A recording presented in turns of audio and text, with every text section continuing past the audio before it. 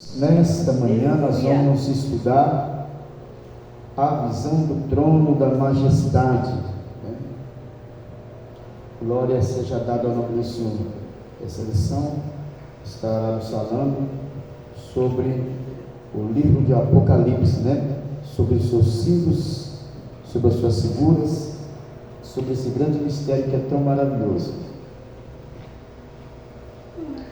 Meditação. Eu sei as tuas obras, eis que diante de ti pus uma porta aberta, e ninguém pode fechar, tendo pouca força, guardaste as minhas palavras, e não negaste o meu nome. Apocalipse 3, verso 8. O nosso objetivo, mostrar aos crentes a importância do conteúdo desse maravilhoso capítulo, e para que possa se fortalecer em conhecimento.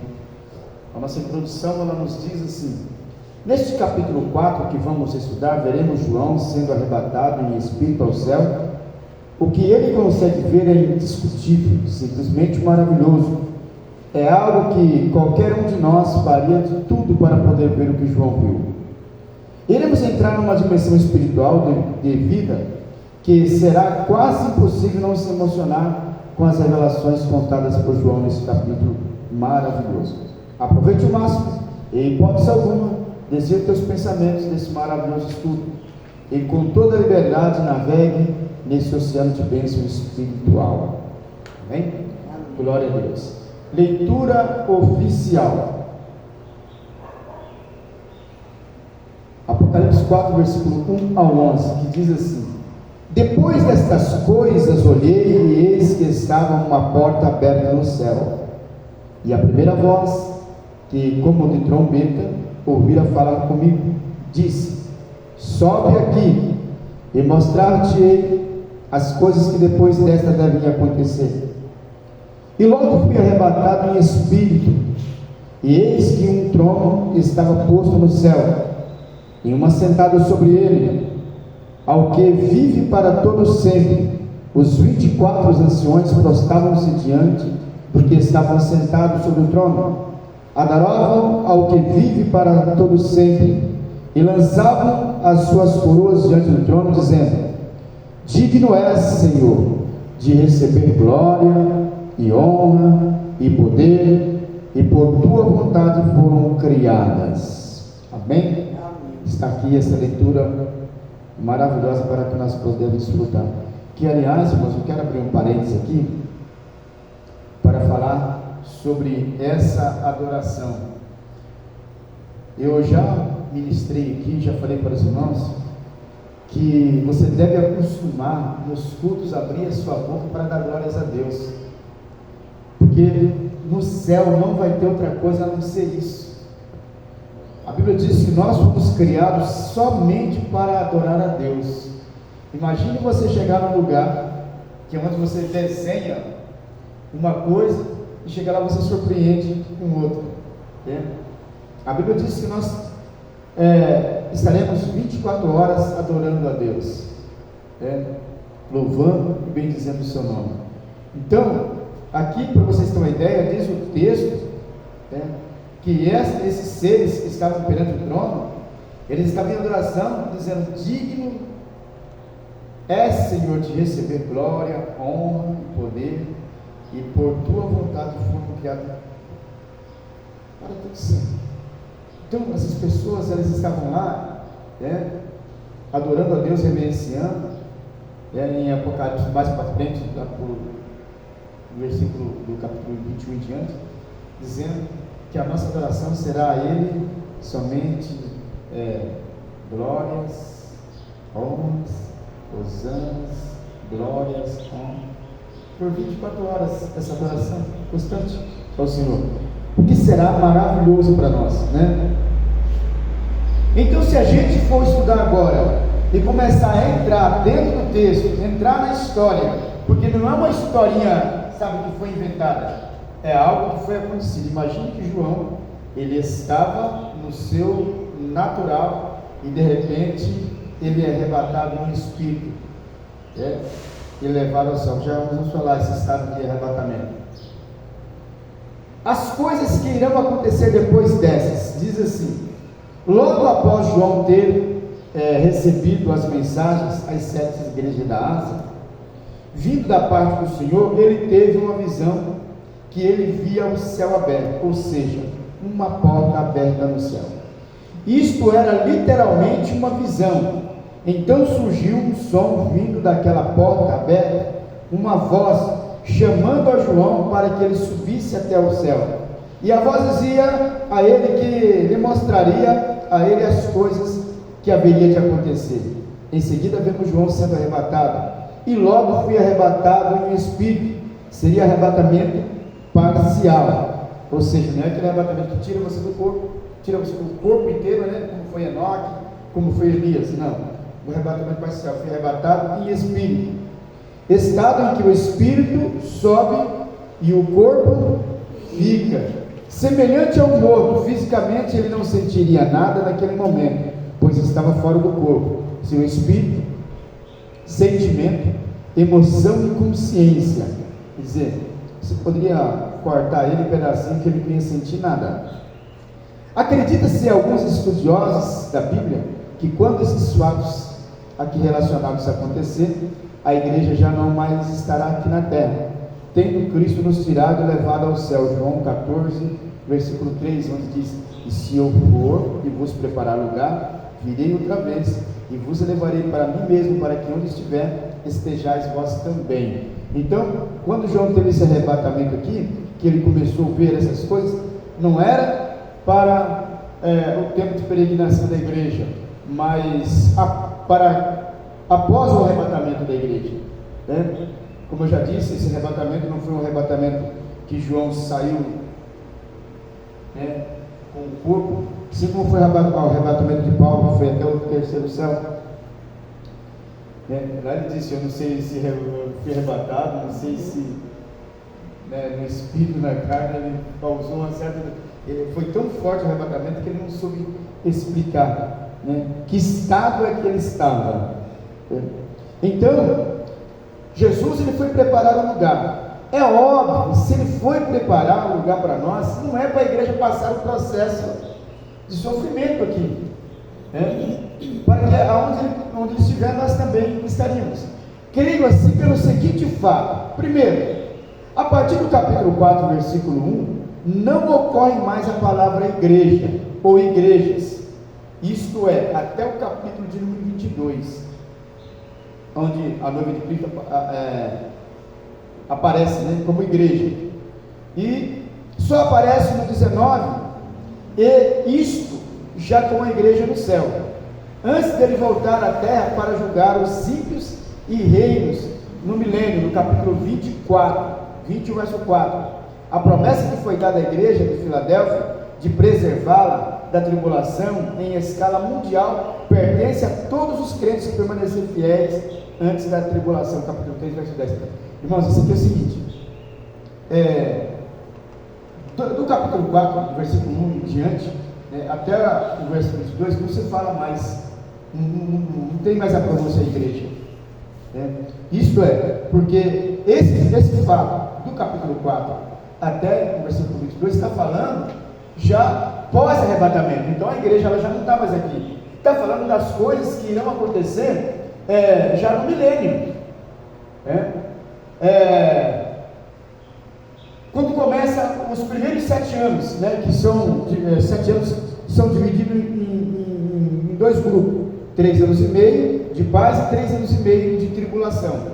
Esses 3 anos e meio de paz é uma preparação para o anticristo começar a dominar e convencer a humanidade que o reinado dele é a melhor coisa que se tinha para acontecer. Por exemplo, está se estudando já uma moeda universal, a unificação de todos os reinos, né? ou seja, uma nova ordem mundial. Está sendo estudada pelos Illuminati, pelo esse grande grupo que tem se formado, incluindo o G6,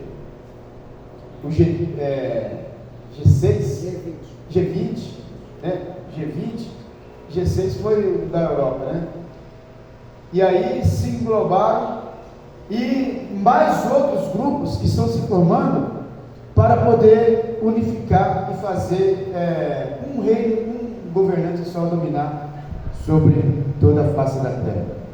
Então, quando começar o início do milênio, da grande tribulação, a igreja, antes disso, minutos antes, ela será arrebatada com força, mas esse arrebatamento já não será mais parcial, será arrebatamento total, estado em que a pessoa é tirada de um lugar e levada para o outro, sem que fica nenhuma vertigem, né? Ou seja, imagine que você vai estar andando na rua, na cidade, e esse arrebatamento vai ser tremendo, porque muitas pessoas vão ser pegas de surpresa, que acham que está fazendo a coisa certa, quando ele estiver andando com uma pessoa que realmente estiver fazendo a vontade de Deus, do nada aquela pessoa vai sumir do lado dele, ele vai ficar assustado.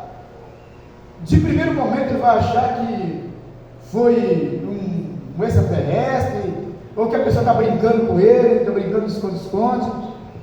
Alguns carros vão ficar desgovernados, e aí ele só vai se dar conta quando começar então surgir as notícias da grande catástrofe que estará acontecendo no mundo, o arrebatamento da igreja. Porém, a Bíblia, ela fala que Deus não fará coisa alguma sem antes revelar o segredo aos seus servos, aquele que os teme. Então eu acredito que esse momento, ele será clareado, alguma coisa vai mudar em você, não falar assim, o arrebatamento vai ser hoje, porque então não seria surpresa, mas alguma coisa em você vai mudar, sabe aquele sentimento, aquele desejo, sabe, de estar fazendo as coisas, creio que vai desaparecer de você, alguma coisa vai mudar dentro de nós. Mas quem não está enquadrado nessa palavra, ele vai viver normalmente, não vai sentir nada, e ele só vai se dar conta depois que a igreja for tirada. Só que quando a igreja for tirada, ele já não vai ter mais essa força que nós temos hoje, sabe? Aquela impulsão, poxa, eu não fui na igreja, mas eu deveria ter ido. Isso não é você, isso é o Espírito Santo de Deus que impulsiona, que te acusa que você deveria ter ido, que te acusa que você deveria ter orado, que te acusa que você deveria ter buscado mais. Você não vai ter força nenhuma, você não vai ter desejo nenhum. Daí então, dará-se início ao primeiro dos 3 anos e meio de paz do grande reinado do anticristo, Aí vai surgir, olha, a partir de hoje, será lançado esse novo sistema, onde vai ser implantado o sinal da besta, mas claro que não vai ser falado assim, vai ser implantado o sinal para facilitar. O que vocês estão vendo aí já é uma preparação para as pessoas acostumar com a ideia de receber um sinal. Por exemplo, você hoje compra, o seu cartão não precisa estar digitando nada, só sinal lá, hoje você tem o celular, você não precisa mais ter cartão, só aproxima o celular, e outras coisas mais. Agora já falou daquele chipzinho, de colocar, que não tem nada a ver com isso, irmão, acredite, porque se for assim, qualquer um arrancaria, não tem nada a ver com o chip, aí será um sinal mesmo, E então ele está só simplesmente preparando as pessoas para acostumarem com a ideia de comprar e vender sem ter que estar envolvendo, sabe, nota física, e acostumar com a ideia de que o seu corpo é a célula principal. Então as pessoas estão sendo acostumadas com isso. Encosta o punho, já diz o seu batimento cardíaco, fala, entendeu? Até a cor da roupa íntima que você está usando. Então, aí eles vão implantar, olha, a partir de hoje então, será lançado no mundo inteiro. Você não precisa ficar com aquela preocupação de ter com moeda e tal, mas todo mundo vai receber um sinal, que será na mão direita ou na testa. Literalmente, mão direita ou na testa. Aí, a partir desse momento, então, para que nós vamos fazer isso? Para que esteja certo uma organização, para que as coisas funcionem direito, porque para não haver mais essa baderna, esse descontrole. Então as pessoas que estão de acordo, que terão um sinal, eles vão poder comprar, vender, fazer negócio, tranquilamente, sem nenhum. Eles falam, pô, que legal, isso é jóia. Eu falando isso aqui, para vocês terem uma ideia de como que as pessoas vão aceitar de boa, mesmo sabendo que isso na Bíblia.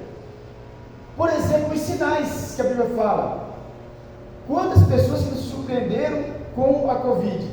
Meu Deus, o que é isso? Mas mesmo sabendo que estava na Bíblia, que ia acontecer, as pessoas, gente, as catástrofes, os desastres naturais, que a gente no Brasil não tinha. Hoje tem desastre natural, certo? Está sendo bombardeado. Olha a chuva de granizo que deu ontem lá no sul, né? Tremor de terra, não é isso? Avalanche, inundação, isso no mundo inteiro. Mandei aquele vídeo para vocês que aconteceu na Filipinas.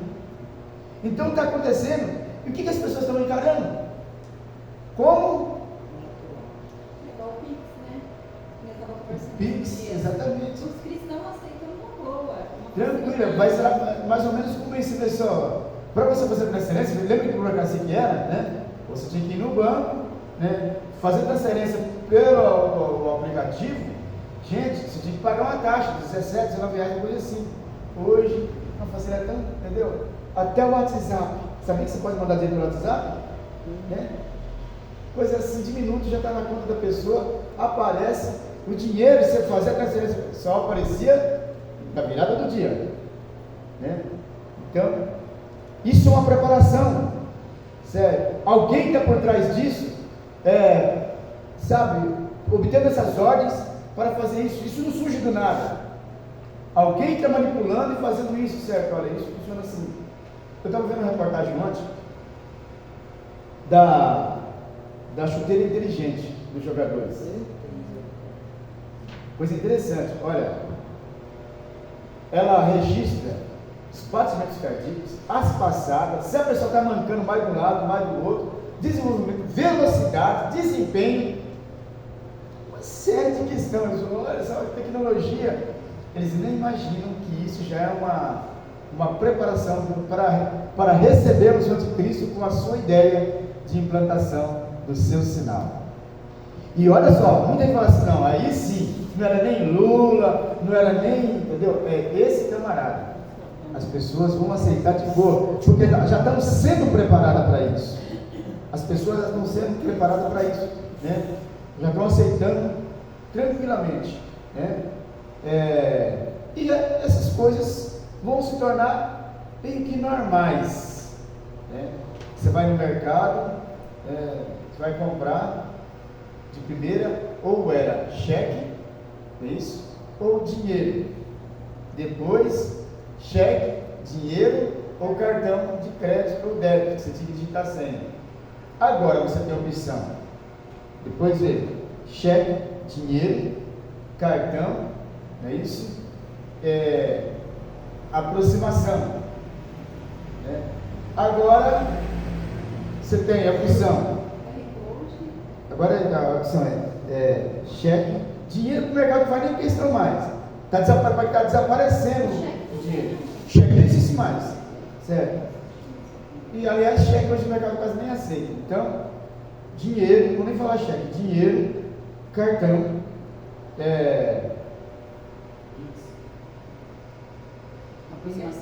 aproximação e agora o chamado Pix, que você pode pagar pelo QR Code, né? Ou então uma chave que é gerada aleatoriamente, né? E você paga. Imagina, irmão, um quadradinho lá cheio de um monte de pontinho, você aproxima o celular ali, ele já fala tudo que você tem que pagar, valor, entendeu? Imagine você com esse sinal, você vai aproximar no equipamento, que ele vai dizer tudo quem você é, a sua idade, entendeu? Então as pessoas... Código de barra, né? Quando ele surge. Exatamente. E as pessoas acham normal que é para segurança. Não faz, tem que ser para segurança. Eu também tenho uma preparação. Está tudo sendo preparado para a introdução do anticristo, né? Eu falo assim, a gente não precisa se preocupar, porque nós não vamos estar aqui, mas para aqueles que realmente andam na santidade, porque se você não anda, então você deve se preocupar e muito, porque depois vai ser assim, ó, se você receber, você compra, se você receber, você não compra, não vende, E aí, como é que você faz? Como é que você vai beber água? Como é que você vai comer comida? Quando terminar os 3 anos e meio, que aí vai começar os 3 anos e meio de tribulação, aí é que a coisa vai apertar. Aí então vai começar a ser perseguido aqueles que ainda, com muito esforço, professam o nome de Cristo. Vai ser, chega assim para você ser cristão. Se você falar assim, sou, entendeu? Faz a fogueira aí agora, vai te queimar vivo. Ou então te degola, passa, você vai aceitar isso? Não, eu não sou não. Muita gente para livrar sua fé. Imagina que hoje você tem o Espírito Santo. Se chegar alguém aqui, armado, quem que é crente aí vai tomar um tiro na cabeça agora? Irmãos, eu vou dizer uma coisa para você. Eu acho que tem muita gente que vai sair de fininho, falar assim, não, eu só estou aqui só para observar. Sou simpatizante. Eu estou aqui, mas não tem nada a ver com isso. Que Deus tenha misericórdia de nós. Agora se imagina, e hoje você tem o Espírito Santo de Deus. Imagina não tendo. Se eu chegar assim, se você falar que eu vou cortar a sua língua primeiro, que você não fala mais, aí depois eu começo a cortar os seus olhos, tirar os seus olhos.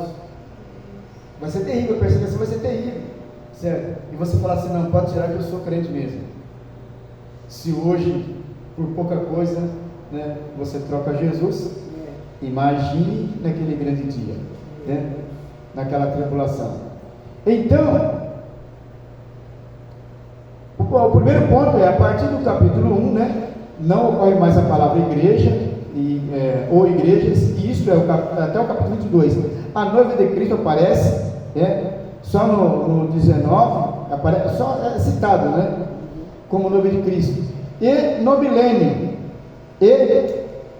isto já com Cristo no céu, antes dele voltar à terra para julgar os ímpios e os reinos no milênio, no capítulo 24, onde aparece Jesus, no monte para fazer o julgamento. A promessa que foi dada à igreja de Filadélfia de preservá-la da tribulação em escala mundial pertence a todos os crentes que permanecem fiéis ante a tribulação. Então, para quem permanece fiel, nós fomos englobados nessa promessa, mas se permanecer fiel, então a gente vai seremos arrebatados. Mas para que isso aconteça, nós temos que permanecer fiéis, senão o arrebatamento da igreja, o tópico 2, o arrebatamento da igreja. A palavra arrebatamento significa o quê? Retirar rapidamente, com força. Em latim se pronuncia raptus, e tem o mesmo sentido da palavra arrebatamento. Este evento que descreve 1 Tessalonicenses 4, versículos 16 e 17, e 1 Coríntios 15, incluso a ressurreição dos mortos, que ocorrerá minutos antes do arrebatamento da igreja viva. E isso não se trata da mesma ressurreição referida no capítulo 20 de Apocalipse. Essa do capítulo 20 só ocorrerá depois que Cristo voltar à terra para julgar, ou seja, só falando para isso, esse arrebatamento da igreja e o arrebatamento, a ressurreição, aliás, dos mortos e daqueles que já partiram, que serão um pouco antes,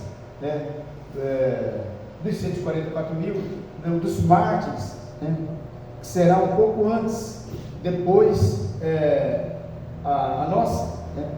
Então, só ocorrerá depois que Cristo voltar à terra para julgar os ímpios da prisão de Satanás.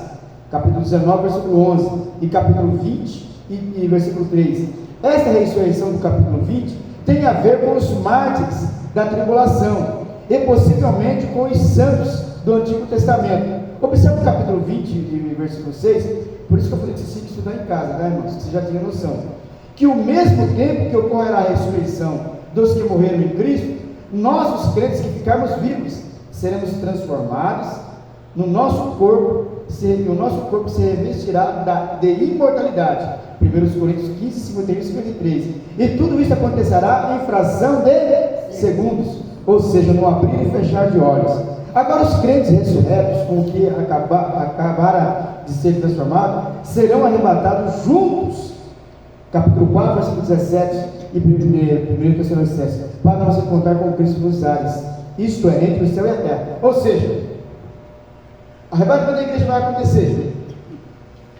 A hora que Cristo nos arrebatar, a ressurreição dos que já partiram em Cristo Jesus, né, ela acontecerá simultânea, porque diz a Bíblia que os sepulcros, ou seja, todos que foram enterrados, aqueles que morreram afogados no meio do mar, mas não foram encontrados seus corpos, certo? Eles terão que dar conta, eles vão surgir, porque esses corpos, eles serão transformados. Mas e aí que já derreteu? A terra vai dar conta, o mar vai dar conta, o fogo que foi consumido pelo fogo vai dar conta. É algo tremendo para que esses corpos sejam transformados, né? Porque nós, porque os irmãos não têm conhecimento e não sabem ainda, seremos dados um novo corpo, nós seremos transformados, porque o processo de vida, né, ele vai continuar, ele vai ser encerrado aqui, o ciclo da vida vai ser encerrado aqui, dessa matéria, mas seremos transformados no novo corpo, e a nossa vida vai continuar, né? E nós vamos viver com Cristo no céu por um período de tempo, ou seja, por 1000 anos, lá no céu. Depois disso, a noiva de Cristo, ela vai descer sobre essa terra, e nós vamos viver nessa terra, mas já não será essa terra como ela é, né, cheia de maldades, não vai ter ninguém, vai ser uma terra totalmente transformada. Imagine-se que não vai haver subida e descida, né? Não vai haver morte, não vai haver choro. Imagine você num lugar, né, numa colônia cheia de flores, onde você escuta pássaros cantando, né? Não vai ter mais nada disso, não vai ter mais nada de sofrimento. Então será uma nova terra e um novo céu e um novo ser, totalmente transformado. Então, para isso, novamente repito, né, nós temos que estar em eminência com a graça de Cristo. Esta do capítulo 20 só ocorrerá depois que Cristo voltar à terra para julgar os ímpios da prisão de Satanás. Capítulo 19, verso 11, capítulo 20, verso 13. Esta ressurreição do capítulo 20 tem a ver com os marcos da tribulação e possivelmente com os santos do Antigo Testamento. Observe o capítulo 20, verso 6, que ao mesmo tempo que ocorrerá a ressurreição dos que morreram em Cristo, nós, os crentes que ficarmos vivos, seremos transformados, nosso corpo se revestirá de imortalidade. 1 Coríntios 15, versículo 33. E tudo isso acontecerá na fração de segundos, ou seja, no abrir e fechar de olho. Agora os crentes ressurretos, como os que acabaram de ser transformados, serão arrebatados, todos juntos. Capítulo 4, versículo 17 de 1 Tessalonicenses, para nos encontrarmos com Cristo, isto é, entre o céu e a terra. Imagine você, irmão, de longe nós vamos ver aquela multidão de gente, né, sendo levada, e aquele portal que vai abrir no céu, imagine que vai ser possível, bem visível, o céu aberto e fileira de um anjo de um lado e de outro, e aquela multidão entrando, e os anjos só dizendo assim, reverenciando você: sede bem-vinda, benditas do Cordeiro. Oh, aleluia. Entrarem pelas portas. Glória a Deus. Aleluia. O que será maravilhoso. Jesus. Aleluia. Será muito glorioso. Imagine você. E você começar a olhar aquela cena de anjos de um lado e de outro, e você fala assim: Verdade. eu venci. Aleluia, Jesus. Eu estou aqui. E os anjos dizendo, né? Vinde bem-vindas do Cordeiro. Muito. Aleluia, Jesus. Por isso que quando as irmãs cantam aquele hino, valeu a pena esperar, valeu a pena Confiar. naquele dia você vai, valeu. Jesus. Aleluia. Então é glorioso demais. Aí você vê que vale a pena. Glória a Por Deus. isso fala assim: não, eu estou cansado, mas logo isso vai acabar, eu vou. Verdade, Deus. Deus maravilhoso. Tem dias, irmãos, que eu levanto para ir trabalhar e falo assim, eu não estou aguentando mais. Mas eu tenho que ir. E eu levanto e vou. Aí quando eu estou lá, esqueço que estou cansado, sabe? Tudo vira festa. Aí, muitas vezes eu, para vir na casa de Deus, eu falo assim, estou cansado, não vou não. E você se dá por vencido e não vem mesmo. E esse texto aqui está se referindo àqueles que estão cansados, muito cansados. Aleluia, Jesus. Que aí você vai ser recebido com tanta honra, com tanta glória.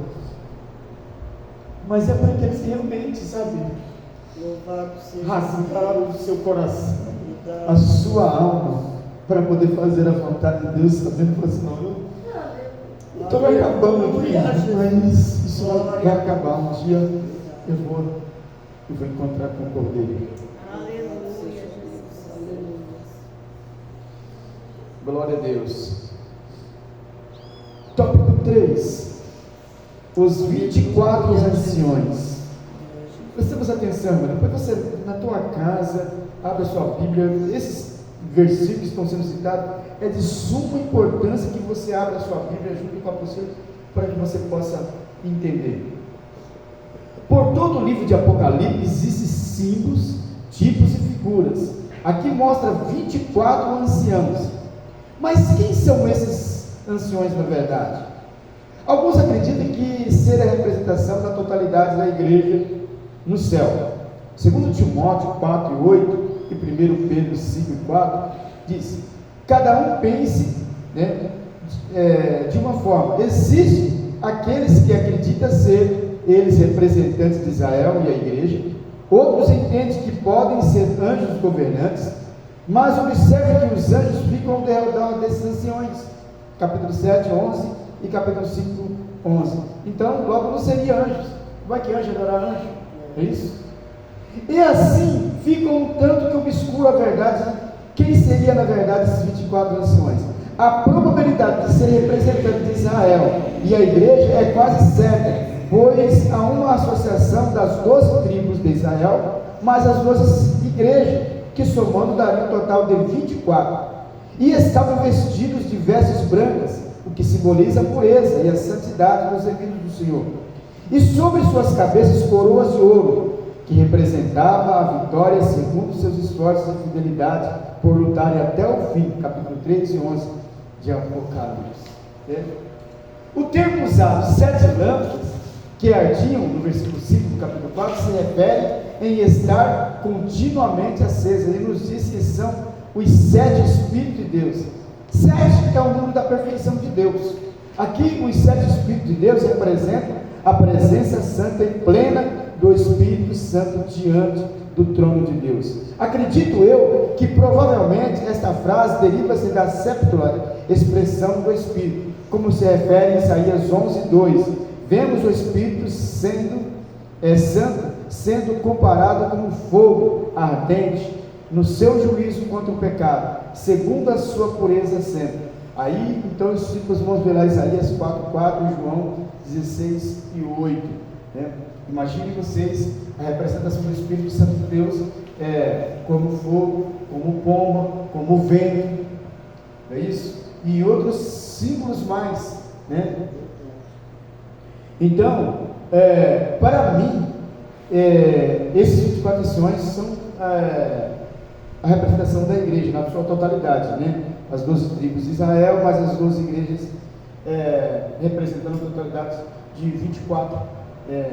Então, a igreja que está sobre a face da terra, a igreja que viveu sobre a face da terra. Os 4 serem viventes, tópico 4. Os irmãos observam que eu estou lendo os tópicos, porque como ele é meio complexo, para não ficar meio distorcido, então, para que a gente tenha uma interpretação mais apurada. O versículo 6 do capítulo 4, imagine você, irmãos, que se você pegar essa apostila e for estudar em casa, você vai desabar em pranto. Você vai entrar numa dimensão muito profunda, porque você vai se deparar com... Porque como eu cito os versículos, não dá para a gente estar sacudendo aqui, senão a gente vai se estender muito. Então aqui é só mesmo um resumo, mas bem resumido mesmo, né? O versículo 6 do capítulo 4 nos traz algo muito intrigante. Observe a parte B deste versículo. E no meio e ao redor do trono, 4 animais, cheios de olhos por diante e por detrás. Observe, esses animais, cada um com um semblante, com um aspecto diferente. Já o versículo 7 nos traz a descrição de cada um deles. Veja, o primeiro animal era semelhante ao leão, e o segundo semelhante a um bezerro, e tinha o terceiro animal, o rosto de um homem, e o quarto animal era semelhante a uma águia voando. Agora vamos lá para a interpretação. Não podemos afirmar com precisão, mas esses 4 animais viventes provavelmente representam a totalidade da criação viva de Deus. Versículo 7: onde todas as criaturas viventes de Deus o glorificarão e o adorarão, e serão libertos da maldição e do pecado. Capítulo 8, versículo 11 do Apocalipse. Também cada animal com seus respectivos semblantes nos dá um similar do poderio e majestade de Deus. O animal com cara de leão, capítulo 5, versículo 5. Temos Jesus como leão da tribo de Judá, pelo que entendo que simboliza o reino e o poder do Senhor Jesus. Essa é o meu entender, o meu parecer. Pode ser que as pessoas entendam diferente. 2. O animal com semelhança de um bezerro. No capítulo 53, versos 7 e 10 de Isaías, temos Jesus como um cordeiro, o sacrifício que nos traz a paz. Aí então entendo que poderá simbolizar o holocausto, o sacrifício de Jesus por nós na cruz. 3. O animal com o rosto de homem. Em Gênesis capítulo 2, versículo 7, vemos Deus formando o homem segundo a sua imagem e a sua semelhança, pelo que entendo que representa a semelhança de Deus e a excelência da sua sabedoria e majestade. 4. O animal com semelhança de uma águia voando. Isaías capítulo 40, versículo 31, nos diz: subirão com asas como águia, correrão e não se cansarão. Categoricamente a águia é símbolo de força, vigor. Ele nos diz também a respeito da excelência e glória do Senhor e sua inteligência e sua ampla visão. Entendo que a maioria da criação exalta e louva a soberania de Deus. No versículo 8 vemos a adoração desses animais que não descansam nem de dia nem de noite, dizendo o quê? Santo, Santo, Santo é o Senhor Todo-Poderoso, o Senhor dos Exércitos. Aleluia, Jesus. Isso é maravilhoso. Eu fico emocionado porque irmãos, eu não sei se vocês conseguem, mas eu consigo entrar dentro da cena. Eu consigo me ver lá dentro. Isso é muito glorioso. Saber que eu dependo de mim, só de mim, fazer parte desse grupo. Entendo também que esses animais poderiam representar o povo eleito do Senhor, pois nos diz a palavra do Senhor que nós, os remidos, o adoraremos na sua majestade, de dia e de noite, incansavelmente. Ser santo significa ser separado do pecado, da injustiça, do mal, e assim dedicado à retidão, à bondade, à justiça, à pureza. E sabemos que este atributo é eterno a Deus, nunca mudará a sua santidade. Isaías 6, 1 e 3. Amém? Amém. Glória a Deus. Aleluia. Deu para vocês entenderem um pouquinho? Entender melhor em casa. Conclusão: o tempo é do fim, dificuldades são diversas, e ser fiéis e constantes servindo a Deus é o nosso lema e dever, se é que queremos entrar no céu. A adoração a Ele tem que ser perfeita, a dedicação tem que ser total, e o amor e a sua obra tem que ser definida, nem que nos custe a morte. Glória seja dada ao nome do Senhor Jesus. Questionário. Questionário é muito fácil, irmãos. Primeira pergunta: a semelhança da águia voando representa o quê? Acabamos de falar, né?